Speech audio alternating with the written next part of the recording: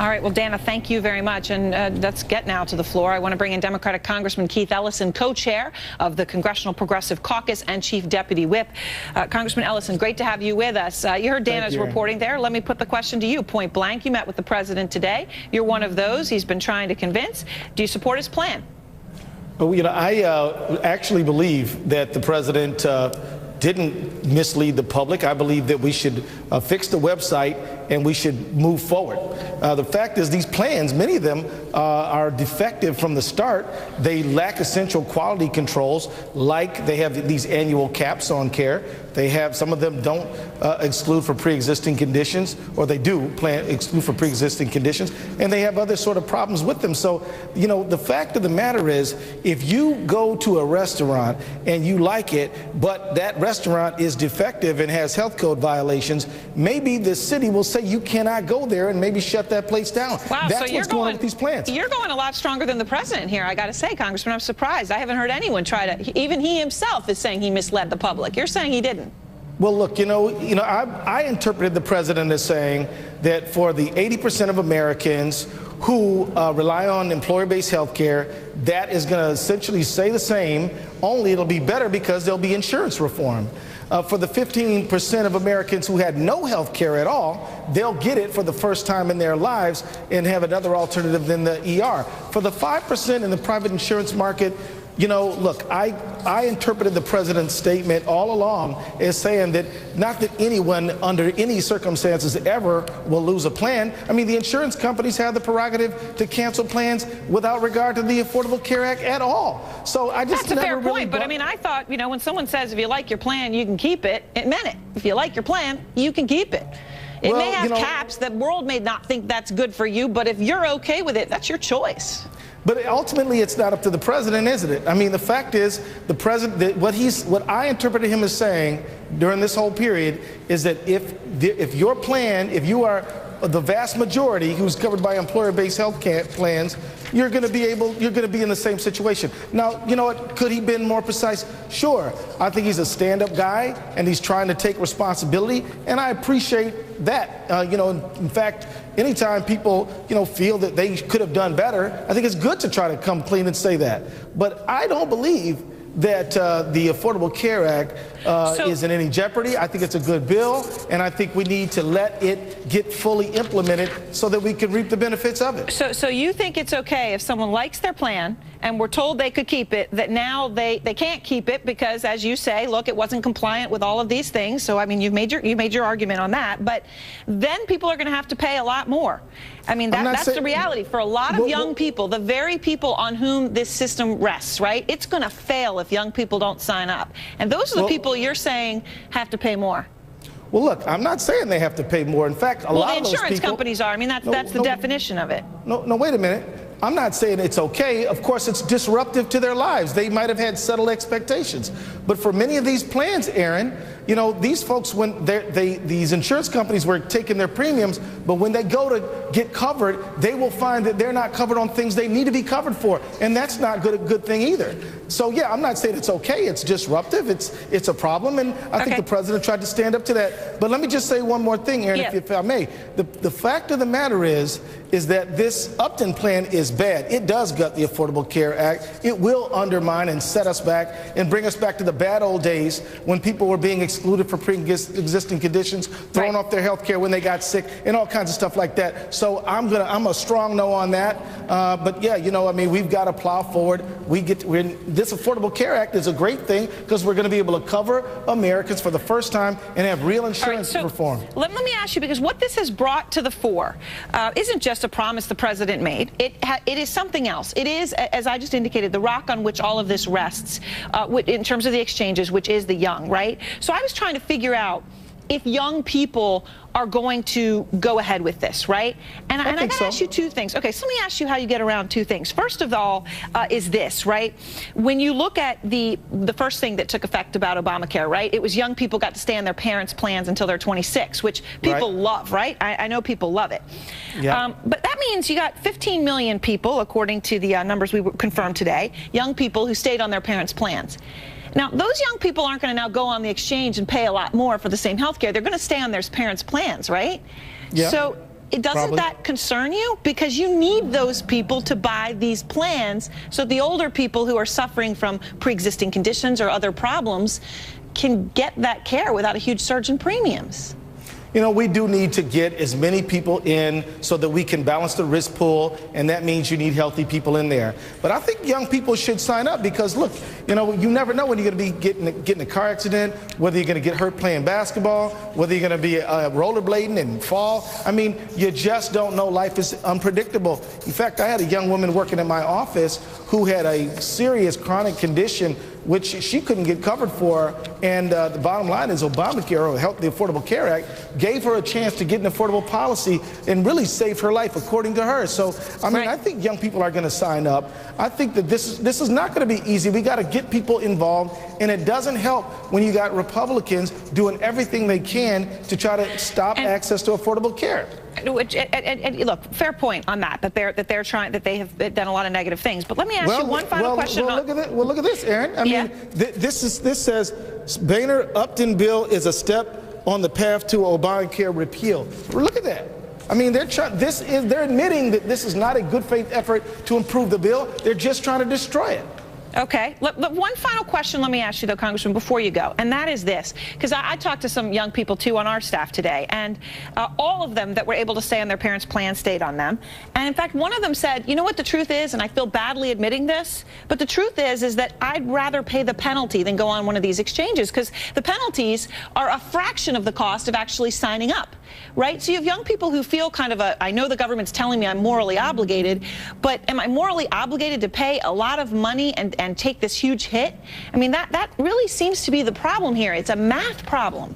Well, Aaron, a lot of those young people are going to qualify for subsidy, too. You know, a lot of those young, in my state of Minnesota, you know, if you look at the folks with the bronze and the silver plans, they're like under $100. So, I mean, the fact is young people will get a chance to get real coverage where they don't have to worry about, wow, I hope I don't twist my ankle playing basketball or get messed up in a car accident or get some illness I didn't expect to have. Young people will benefit from this plan, and I think they should sign up. I'm encouraging them to sign up. And, you know, look, if they get hurt or injured, need health care that they cannot afford, then they're going to be in a real tough situation. You know, the number one reason for bankruptcy is medical debt. At least over the last several years it has been. And we want to spare young people from that tragedy and that financial hit. So I think they should sign up. All right. Well, thank you very much, Congressman Ellison. We appreciate your taking the time with a fierce defense of the president.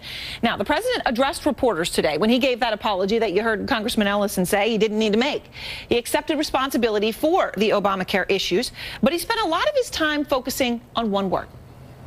We fumbled the rollout on this healthcare law. Fumbled the ball. We did fumble the ball. These are two fumbles. All right. Fumble.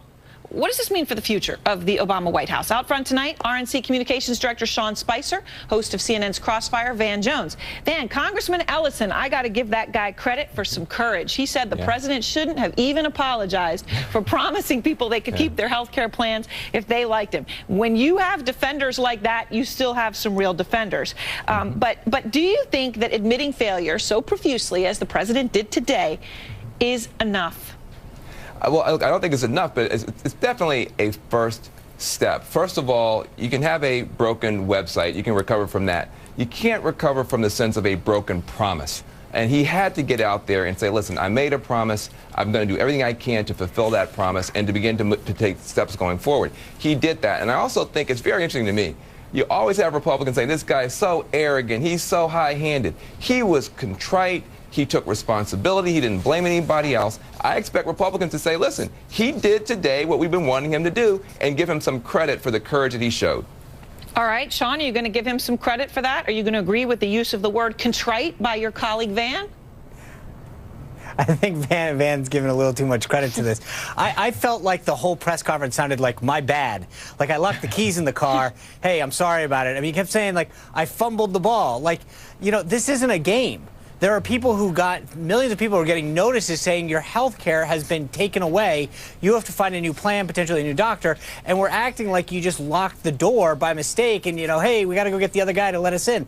This is a very serious subject, and I think Van is somewhat minimizing it. I understand why he has to do it. But at the same time, this is a really, really serious thing. The other point that I would make is this. the point that Congressman Ellison was getting to minimizes what the real quote was, and people are not actually looking at what the president actually said. And so let me just read it for you quick. This is the president's actual words. Actually, any insurance that you currently have would be grandfathered in, so you could keep. And so you could decide not to get on the Exchange Better plan. I could keep my acne insurance, a high deductible catastrophic plan. I would not be required to get a better one. Now, we can debate the merits of whether or not that Congressman Ellison was getting into, whether or not it's good policy or bad policy. Right. But that's not what we were promised. Right. Fair point. As the president said, I mean, the president obviously did apologize. But Van, I want to follow up on the point where you said he was contrite and didn't blame anybody else, because he did have one point here where it was a little vague on that. He says he didn't know about the looming problems with the healthcare website, maybe because people didn't tell him. But let me just play that part. On the website, I was not informed directly that the website would not be working as the way it was supposed to. Had I been informed, I wouldn't be going out saying, boy, this is going to be great. You know, I'm accused of a lot of things, but I don't think I'm stupid enough to go around saying this is going to be like shopping on Amazon or Travelocity. Even a week into it, the thinking was that these were some glitches that would be fixed with patches, as opposed to some broader systemic problems that took much longer to fix. Van, I mean, the line I'm honing in on here is, had I been informed, I wouldn't have said this is going to be great. I think that's true.